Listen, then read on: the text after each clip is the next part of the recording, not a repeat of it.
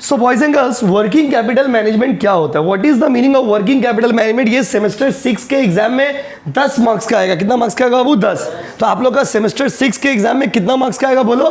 10 marks. 10 marks का एक तो क्वेश्चन आएगा, उसका नाम है working capital management. Working capital management chapter से एक तो सम्स आएगा। कितना मार्क्स का बोलिए? 10 मार्क्स का सम्स आएगा बाबू। कितना मार्क्स का सम्स आएगा? 10। कंपलसरी चैप्टर है, आपको करना पड़ेगा, आपके पास कोई ऑप्शन नहीं है। इसका ऑप्शन में थ्योरी रहेगा, लेकिन आप थ्योरी नहीं करोगे एग्जाम के लिए। थ्योरी करोगे कि नहीं करोगे? नहीं करोगे, क्योंकि अगर आप थ्योरी करते हो तो आपको उतना मार्क्स नहीं मिलता है। इसीलिए आप क्या करोगे? सम्स। आप किसको छुओगे? सम्स को। किसको छुओगे? सम्स को। आप किसको टच करोगे? सम्स को। सम्स का बात हो रहा, गलत मत समझिए। तो वर्किंग कैपिटल मैनेजमेंट, अभी सबसे पहले what is working capital management? तो working capital management is the secondary. The first thing is what is working capital. Working capital क्या है? तो working capital refers to the capital which is required for running the business. Business को चलाने के लिए जो पैसा चाहिए उसको क्या बोलते बोलिए? तो बिजनेस को चलाने के लिए जो पैसा चाहिए, बिजनेस का डे टू डे एक्टिविटीज के लिए जो पैसा चाहिए, उसको क्या बोलते हैं बाबू? Working capital. तो वर्किंग कैपिटल मैनेजमेंट मतलब मैनेजमेंट ऑफ वर्किंग कैपिटल। जैसे पैसा, कितना पैसा मेरे पास है, कितना पैसा ब्लॉक है, कितना पैसा मिलेगा, वो सब वर्किंग कैपिटल में चला जाता है। किसमें चला जाता है बाबू? Working capital. Working capital refers to the capital which is needed for running the business. Business को चलाने के लिए जो पैसा चाहिए उसको कौन सा कैपिटल बोलते? बोलो बोलो ना।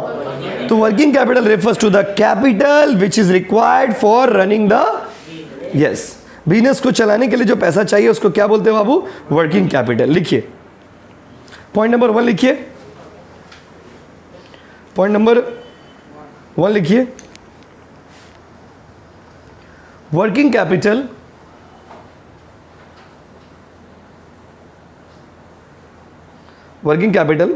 refers to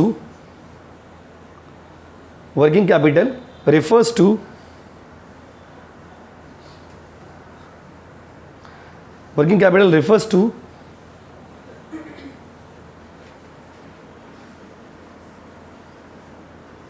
the capital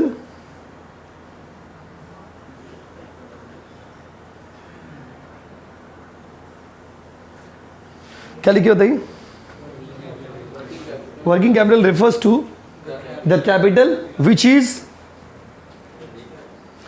required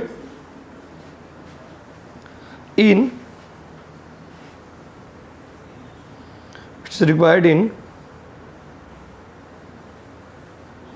day to day life of the business. Day to day life of the business. Business को चलाने के लिए जो पैसा चाहिए बाबू उसको क्या बोलते हैं बोलो? Working capital. अच्छा, वर्किंग कैपिटल जो है ना, वर्किंग कैपिटल जो वो 2 टाइप का है। एक होता है ग्रॉस वर्किंग कैपिटल और एक क्या होता है बाबू? Net working capital. एक क्या बोलिए ना? दूसरा एक तो दूसरा। तो ग्रॉस वर्किंग कैपिटल मतलब मोटा मोटी, यस, जो मोटा मोटी अमाउंट होता है ना उसको ग्रॉस वर्किंग कैपिटल बोलते हैं। ग्रॉस वर्किंग कैपिटल मतलब इन्वेस्टमेंट इन करंट एसेट, याद रखिए। सिर्फ करंट एसेट लेंगे तो ग्रॉस वर्किंग कैपिटल हो जाएगा। और एक होता है नेट वर्किंग कैपिटल, क्योंकि सम्स जब बनाएंगे नहीं सब काम आएगा कॉन्सेप्ट। अगर एग्जाम में खाली बोला ग्रॉस वर्किंग कैपिटल निकालिए तो खाली करंट एसेट को जोड़ना है। सारा करंट एसेट को जोड़ दोगे ना तो क्या आ जाएगा बाबू? Gross working capital.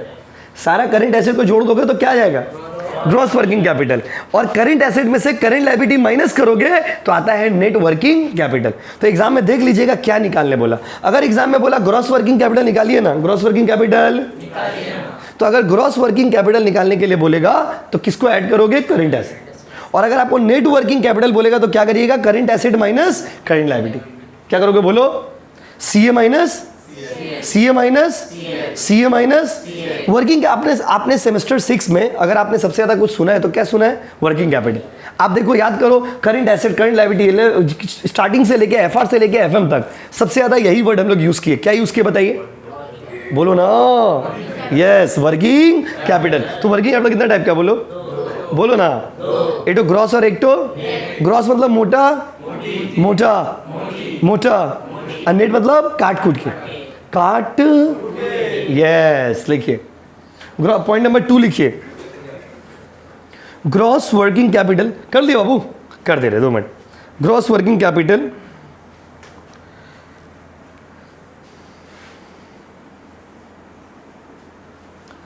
Gross working capital refers to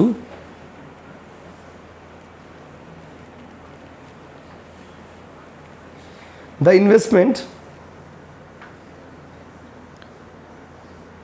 in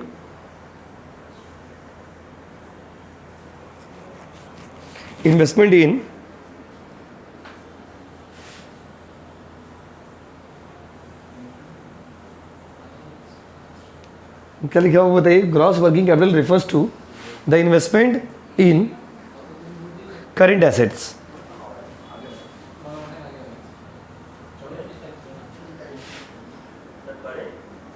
asset हो गया क्या?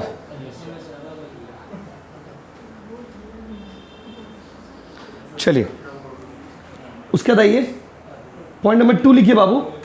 नेट वर्किंग कैपिटल कितना? पॉइंट नंबर 2 की 3? पॉइंट नंबर 3 में आइए।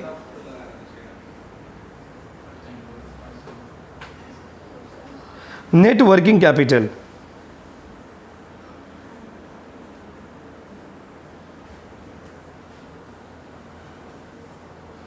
नेट वर्किंग कैपिटल बाबू, नेट वर्किंग कैपिटल क्या है? तो नेट वर्किंग कैपिटल का मतलब होता है CA माइनस CL।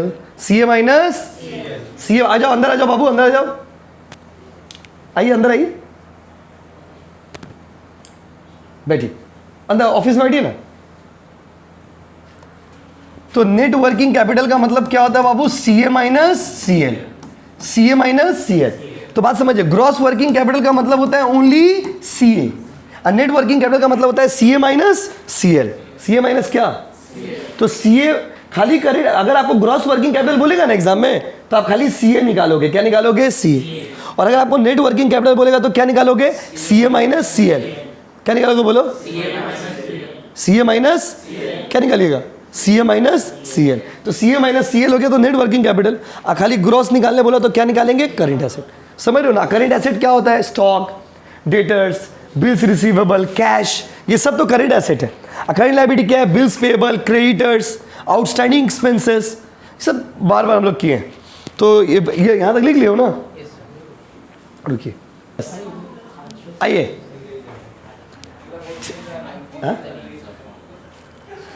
देखिए, चलिए रेडी। तो बाबू कहाँ तक, क्या तक लिखे थे बताइएगा? हाँ, नेट वर्किंग कैपिटल बाबू CA minus CL। Current asset में से करंट लायबिलिटी माइनस करिएगा तो क्या आएगा बताइए?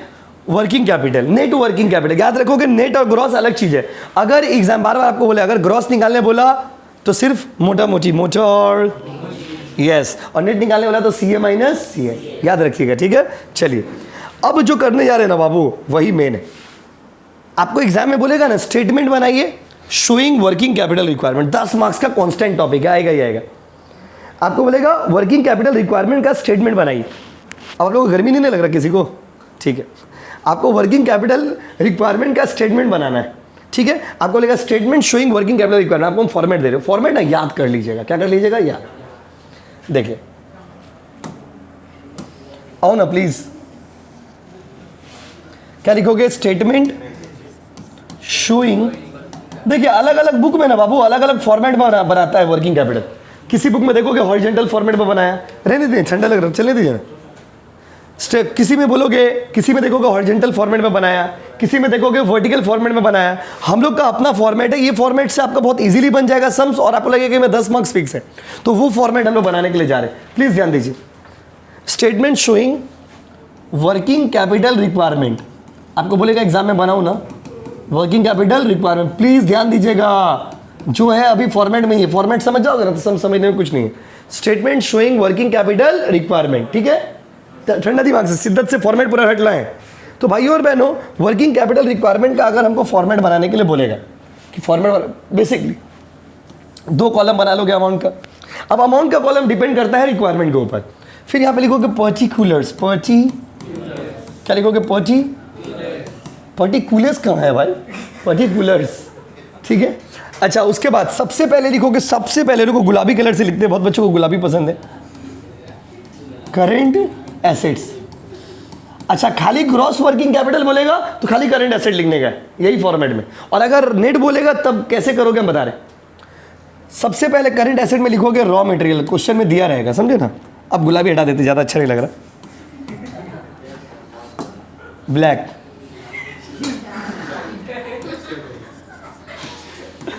रॉ मटेरियल, पहले क्या लिखोगे रॉ मटेरियल, ठीक है।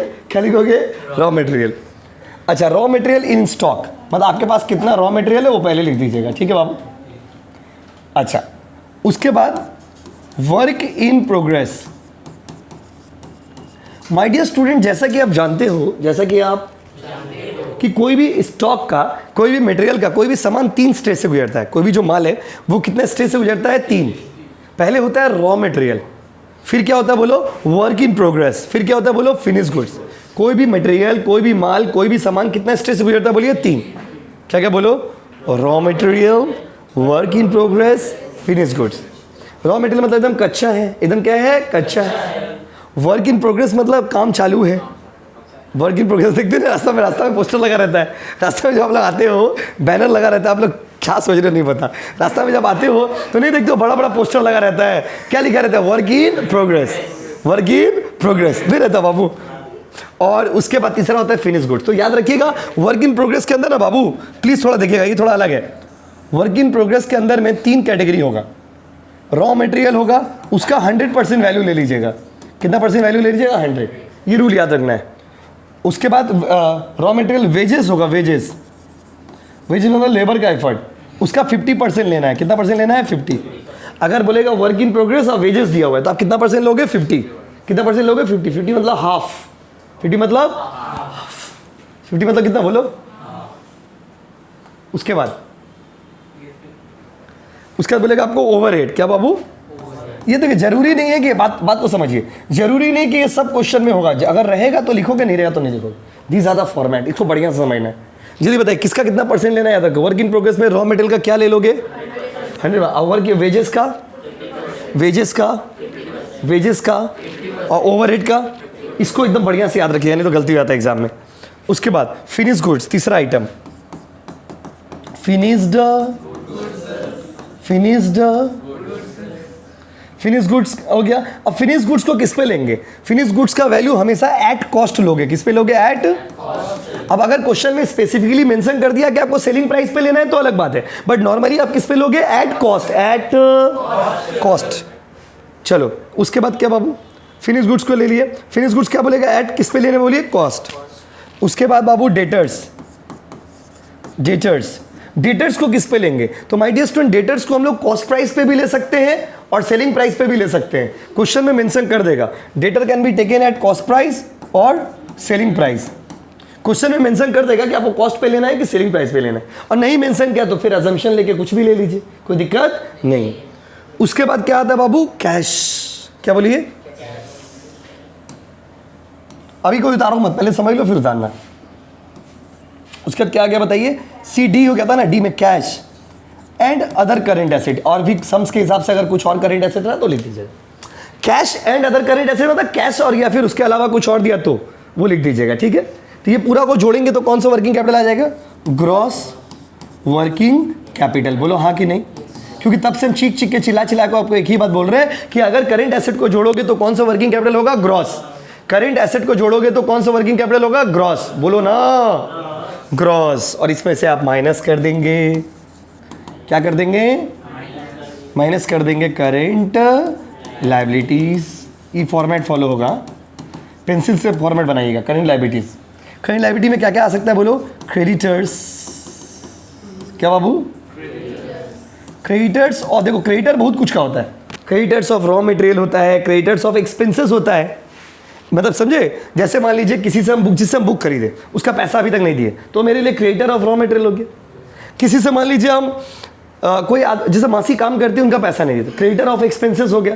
क्रेडिटर माने जिसका पैसा बाकी है। क्रेडिटर मतलब जिसका पैसा बाकी है, जिसका पैसा।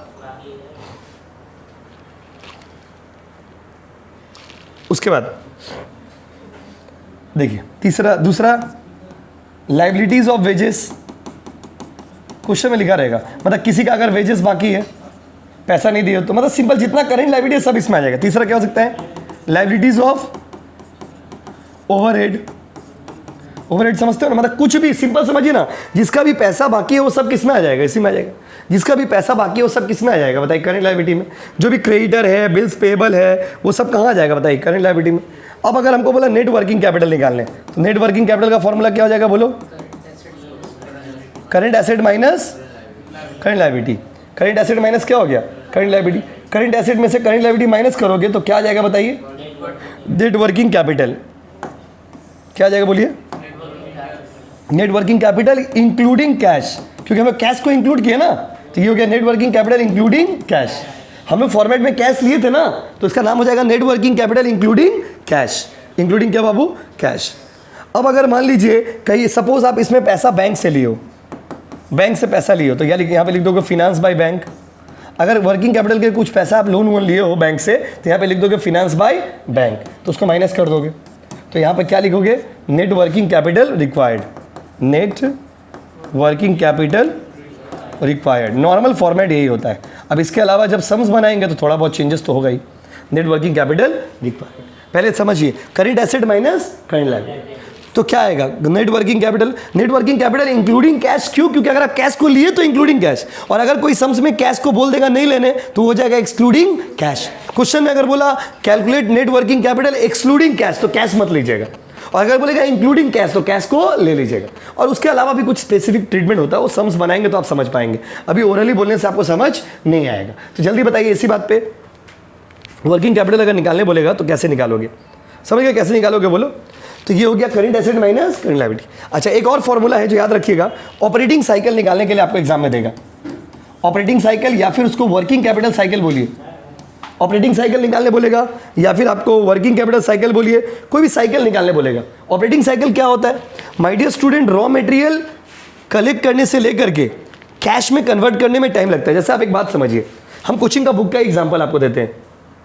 हम लोग क्या किए, पहले बुक प्रिंट हुआ, उसके लिए कागज पत्तर ये सब जुगाड़ किया, रॉ मटेरियल आया, फिर वर्क इन प्रोग्रेस हुआ, फिर फिनिश गुड्स हुआ, फिर जाकर के जब बुक बन गया होगा तो जिसको बेचे वो बोला भैया 4 दिन बाद पैसा देंगे, डेटर क्रिएट हुआ।